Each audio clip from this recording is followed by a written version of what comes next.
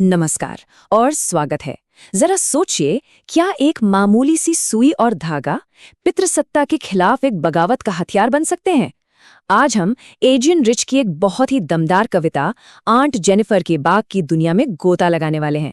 ऊपर से देखें तो ये कहानी एक आंटी की है जो बस कढ़ाई कर रही हैं, पर जैसा कि हम देखेंगे, उस कपड़े पर उकेरी गई कहानी समाज पर एक बहुत गहरी और हिम्मत वाली टिप्पणी करती है।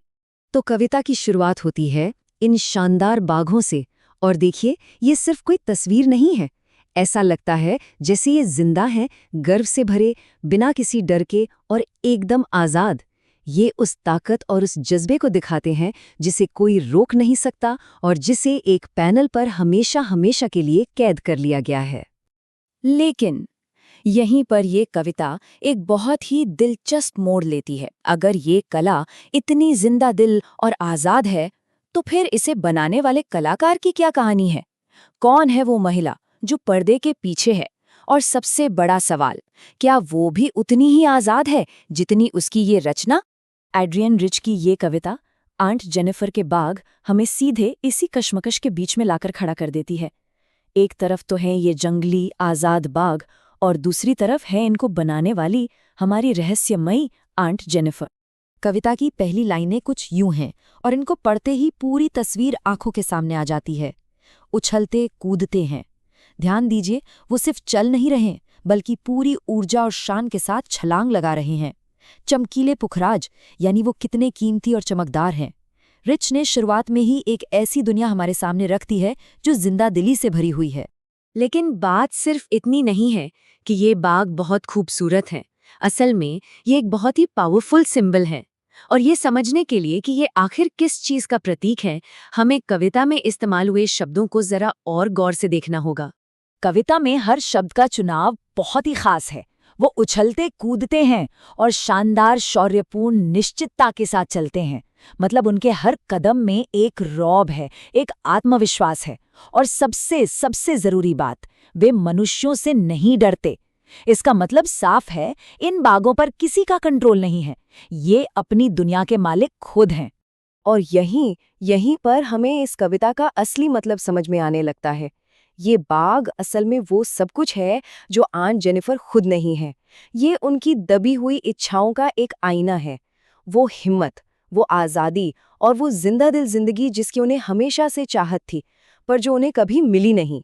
तो बाघों की इस आज़ाद दुनिया से निकलकर कविता हमें एक झटके से एक बिल्कुल अलग हकीकत में खींच लाती है। अब हम बात करेंगे कलाकार की, यानी आंट जेनिफर की, और उस अंगूठी के बारे में, उस भारी भरकम वजन के बारे में जो उन्हें नीचे दबाए जा रहा है। ये जो कॉन्ट्रास्ट है ना, ये सच में दिल को छू जाता है।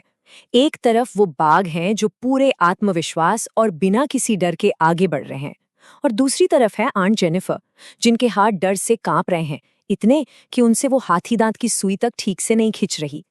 एक तरफ आज़ादी है और दूसरी तरफ गुलामी।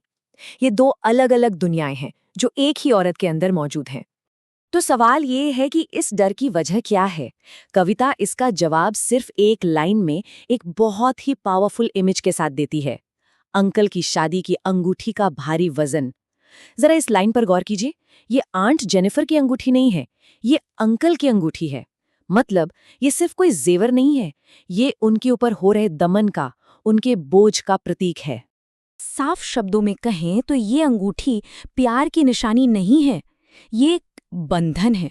ये उस दमनकारी पितृसत्तात्मक शादी के बोझ को दिखाती है, उन उम्मीदों और पाबंदियों को दिखाती है जिसने पूरी जिंदगी आंट जेनिफर को अपने कंट्रोल में रखा। तो क्या इस भारी बोझ से निकलने का कोई रास्ता है? कविता कहती है हाँ है, लेकिन शायद वैसा नहीं जैसा हम सोच रहे हैं।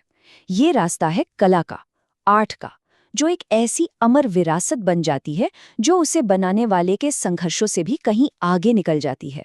कविता का जो अंत है वो बहुत ही मार्मिक है और कहीं ना कहीं परेशान भी करता है। जरा सोचिए, कविता कहती है कि जब आंट मर जाएंगी तब भी उनके डरे हुए हाथ उन मुश्किलों से घिरे रहेंगे जिन्होंने पूरी जिंदगी उन पे हुकूमत की। यानी उनके लिए तो मौत भी आज़ादी लेकर नहीं आती। लेकिन दूसरी तरफ देखिए, वो बाघ जो उन्होंने बनाए थे वो हमेशा की तरह उछल कूद करते रहेंगे, पूरी शान से और बिना किसी डर के।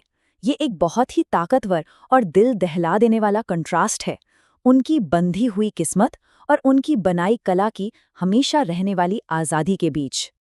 और यहीं हमें इस कविता का एक बहुत गहरा संदेश मिलता है। भले ही एक इंसान के तौर पर आंट जेनिफर की आवाज़ दबा दी गई, वो हमेशा मुश्किलों में घिरी रहीं, लेकिन उनकी कला, उनकी आर्ट बहुत ज़ोर से बोलती है। उनके बनाए बाग बगावत और उम्मीद की एक ऐसी विरासत बन जाते हैं जो उनको बनाने वाले के जाने के सदियों बाद भी जिंदा रहती है। आंट जेनिफर की इस निजी कहानी को अगर पूरी तरह से समझना है तो हमें थोड़ा सा पीछे हटकर एक बड़ी तस्वीर देखनी होगी। ये कहानी सिर्फ एक औरत की नहीं है, ये लाखों करोड़ों औरतों की कहानी है। ये एक नारीवादी विरासत का हिस्सा है। इस कविता को लिखने वाली एड्रियन रिच खुद एक बहुत बड़ी नारीवादी एक्टिविस्ट थी। वो सिर्फ एक बाहर से देखने वाली ऑब्जर्वर नहीं थी, वो एक योद्धा थी। उन्होंने अपनी आंखों से देखा और समझा था कि शादी जैसी संस्थाएं औरतों पर कैसी कैसी पाबंदियां लगाती हैं, और ये कविता उन्हीं ढांचों पर उनकी एक जबरदस्त टिप्पणी है। तो एक नारीवादी नजरिए से देखें तो ये कविता सिर्फ एक खूबसूरत कला के बारे में नहीं है, ये एक मैनिफेस्टो की तरह है। ये इस बात की तीखी आलोचना है कि कैसे शादी के नाम पर औरतों की आवाज़ दबा दी जाती है। ये दिखाती है कि कैसे कला भी एक तरह की बगावत हो सकती है और कैसे एक ऐसे समाज में भी आज़ादी की इच्छा जिंदा रहती है जो उसे कुचल देना चाहता है। और आखिर में ये कविता हमारे सामने एक बड़ा और ज़रूरी सवाल छोड़ जाती है। कला उन लोगों को आवाज़ कैसे देती है जिनकी आवाज़ छीन ली गई है।